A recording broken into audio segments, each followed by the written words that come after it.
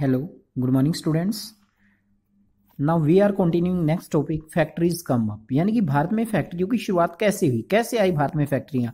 That is most important point. Here you get 1 points also about the factories. कौन कौन सी factory India में, सबसे पहले कौन सी मिल लगी इंडिया में, उसके बाद सेकंड नंबर पे कौन सी मिल लगी, एलिगन मिल भारत में कब शुरू हुई. That is the most important paragraph. So student be careful about the dates and the place of the factories that were located. I would like to introduce the first cotton mill in Bombay came up in 1854. So the question is where and when the first cotton mill was set up in Bombay. Bombay में लगी, कब लगी? 1854 में. अगर हम बात करते हैं सबसे पहली मिल की, तो वो पहली मिल लगी थी हमारी फर्स्ट कॉटन मिल बॉम्बे में 1854 में. And it went into production 2 year later. लेकिन जो प्रोडक्शन है इसने 2 साल बाद यानी कि 1856 में शुरू किया इसने. By 1862 4 mills were at the work with 94,000 spindles and 2,150 looms. कहते हैं कि लेकिन 1862 तक आते आते 4 मिल लग चुकी थी हमारे देश में. तो देखिए मोस्ट इंपोर्टेंट, सबसे पहली कॉटन मिल कब लगी? 1854 में. कहां लगी? बॉम्बे में लगी. उसके बाद उसने जो प्रोडक्शन है अपना, प्रोडक्शन कब शुरू किया? 2 साल बाद यानी कि 1856 में. और 1862 तक आते आते 94,000 स्पिंडल्स की क्षमता रखने वाली और 2150 लूम्स वाली जो मिल है वो कितनी हो चुकी थी? 4 मिल्स हो चुकी थी. That is most important paragraph. And the first cotton textile mill industry which was established in Bombay in 1854 was the most important industry. Around the same time jute mill came in Bengal. 1854 से हम थोड़ा सा आगे चलते हैं 1855 में. तो सबसे पहली जो जूट मिल है वो कहां लगी? 1855 में लगी. कहां लगी? 1855 में. ये लगी थी हमारी बंगाल में. As you know that jute के लिए हम बंगाल को काफी फेमस है. बंगाल कोलकाता के निकट एक स्थान का नाम है रीसरा. रीसरा में लगी थी ये first mill.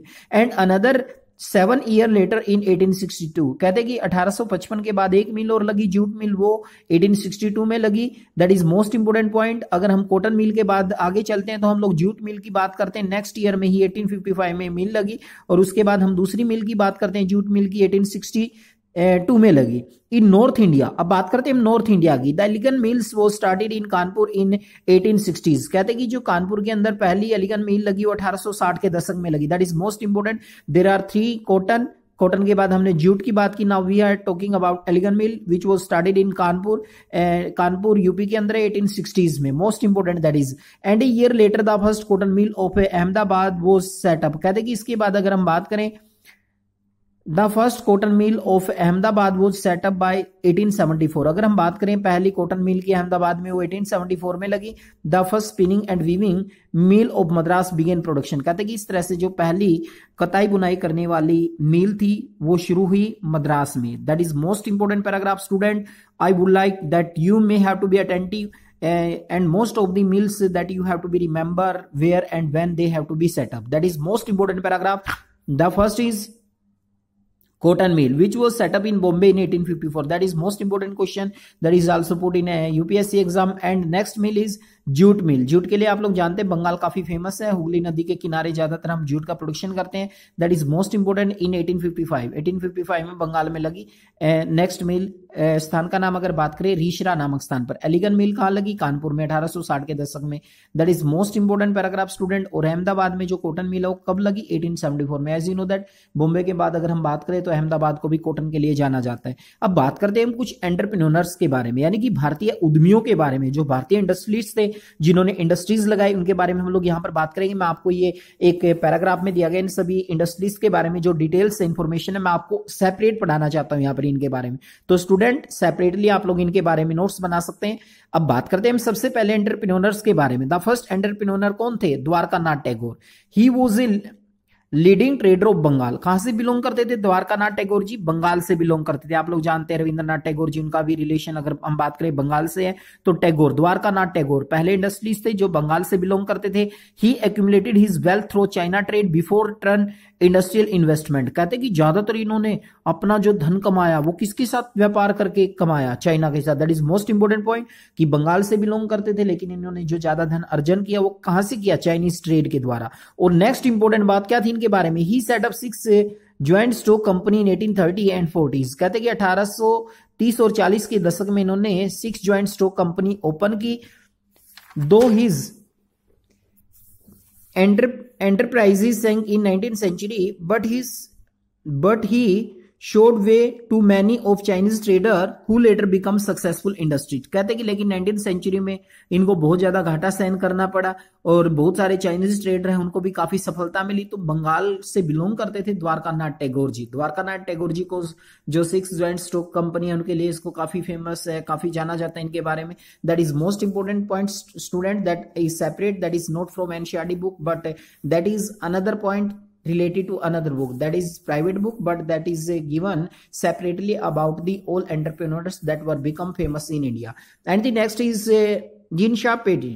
He was a Parsi entrepreneur. कौन थे ये? पारसी कम्युनिटी से बिलोंग करते थे ये, एक पारसी उद्यमी थे ये। And was the founder of first textile mill in India. और भारत में जो सबसे पहली टेक्सटाइल मिल है उसके फाउंडर भी इन्हीं को माना जाता है, दीनशा पेटी को। That is most important, that is the second entrepreneur that we have to be, that who are belong to a Parsi community. The question is who belong to Parsi community. Parsi community से बिलोंग करने वाले एंटरप्रेन्योर्स कौन थे? That is Dinshaw पेटी।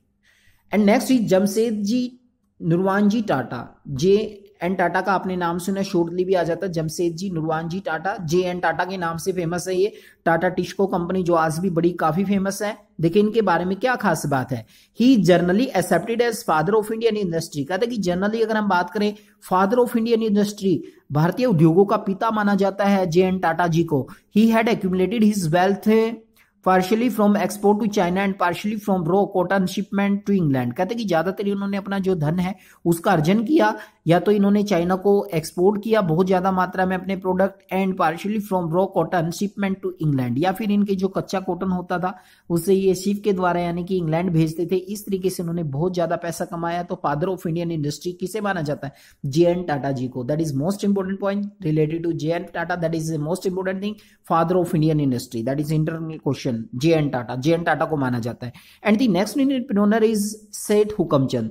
सेठ Hukamchand was a Marwari businessman who set up the first Indian jute mill in Kolkata in 1917। कहते कि सेठ हुकमचंद कौन थे? एक मारवाड़ी बिजनेसमैन थे। अगर हम जनरली बात करें राजस्थान से बिलोंग करते थे, तो मारवाड़ी जो कम्युनिटी है, मारवाड़ी कम्युनिटी के एक बिजनेसमैन थे। Who set up the first Indian jute mill in Kolkata in 1917। कहते कि इन्होंने पहले अपनी जो जूट मिल है कोलकाता में सेटअप की थी 1917 में। That is most important point about Seth Hukumchand, that belong to a Marwari business. And पहली जो मिल लगाई इन्होंने 1917 में कोलकाता में लगाई, that is jute mill. That is most important about Seth Hukumchand. And next is Birla. Birla का आप नाम सुना ही होगा आपने। Birla belong to the Marwari group. Marwari group से ही बिलोंग करते थे बिरला भी। Who had establish a business in cotton dealership. कहते कि ज्यादातर कॉटन का डीलरशिप में इन्होंने काफी पैसा कमाया। तो that is related to the Indian entrepreneurs. भारतीय उद्यमियों के बारे में हमने जाना, भारतीय इंडस्ट्रियलिस्ट के बारे में हमने जाना। सबसे पहले हमने यहाँ पर बात की द्वारकानाथ टैगोर जी की, फिर हमने बात की यहाँ पर दीनशा पेटेंट की, और उसके बाद हमने जमशेदजी नुरवान टाटा जी के बारे में बात की, सेठ हुकमचंद जी के बारे में बात की, बिरला के बारे में बात की। तो ये मोस्ट इंपोर्टेंट इंडस्ट्रियलिस्ट थे जिन्होंने इंडियन इंडस्ट्री के डेवलपमेंट में अपना बहुत बड़ा कॉन्ट्रीब्यूशन दिया। Okay student, that is most important point. And now we have to be discussion last paragraph related to Indian entrepreneur. Till the First World War, European managing agency in fact controlling a large sector of Indian industry। कहते कि first world war के आते आते जो European managing agency है उन्होंने बहुत बड़ा इंडियन इंडस्ट्री के ऊपर अपना बहुत बड़ा कंट्रोल किया, उसको बहुत अच्छे तरीके से मैनेज किया। बात करते हैं यूरोपियन मैनेजिंग एजेंसी के बारे में। कौन कौन सी यूरोपियन मैनेजिंग एजेंसी थी जिन्होंने इंडियन इंडस्ट्री के ऊपर अपना कंट्रोल स्टैब्लिश किया? फर्स्ट इज बर्ड हिगलर and company. First is Bird हिगलर and company, second is Andrew Yule, and third is Jardine Skinners and company. That is the three most important European managing agency. European managing agency के नाम आपसे पूछे जाते तो you must have to be remember. Okay student, you must have to be find out कि first world war के दौरान कुछ यूरोपियन मैनेजिंग एजेंसी थी जिन्होंने इंडियन इंडस्ट्रीज के ऊपर अपना कंट्रोल किया। बर्ड हिगलर एंड कंपनी है, एंड्री यूल है, जर्डाइन स्किनर है। That is the most important European managing agency.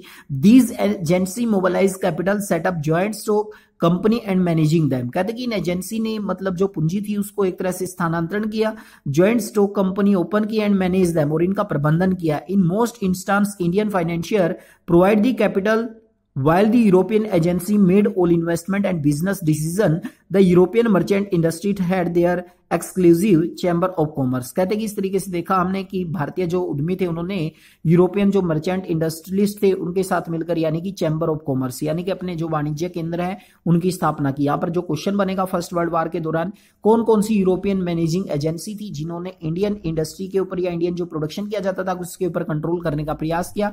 You must have remember 3 European managing agency. First is Bird Higler and Company, second is Andrew Yule, and third is Jardine Skinner and Company. That is the most important, which have tried to be control on Indian business. That is most important paragraph, students. So you must have to remember that video is most important, that is related to Indian entrepreneurs. As you know that factory came up, किस तरीके से भारत में factory की स्थापना हुई। And next we have study about the most famous industrialist of India, and in next we have study about the European managing agency. There are 3 managing agency, you must have remember the all names, that is most important video. So read carefully and make note in your notebook, that is most important। Okay student, we will continue our chapter, so read carefully। If you any doubt you can call me or WhatsApp on my number। Thank you, have a nice day।